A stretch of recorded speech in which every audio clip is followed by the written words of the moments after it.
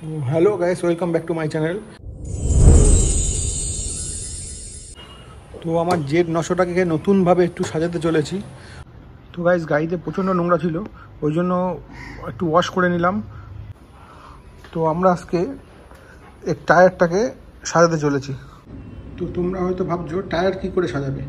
Tyre আমরা এইভাবে সাজাবো, এই যে লেখাগুলো আছে, এই যে আমরা এশিয়ান প্রিন্টের হোয়াইট রঙ এনেছি, এই রঙটা আমরা এই লেখাগুলোই সুন্দর করে প্রিন্ট করলে লুকটাই চেঞ্জ হয়ে যাবে। তো চলো। ও গাইস, লুকটা দেখো, খালি লুক, খাতারনাক লুক। দেখো প্রিন্টিং করলে চাকাটা কেমন লাগে, খাতারনাক লুক।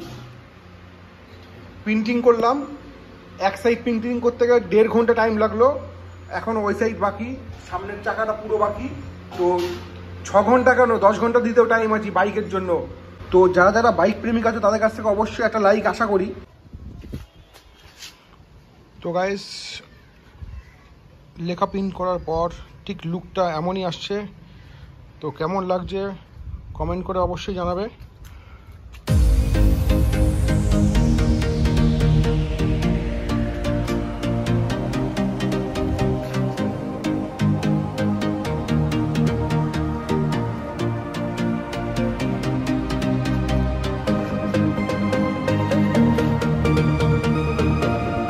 তো গাইস, ভিডিওটা কেমন লাগলো অবশ্যই বলবে।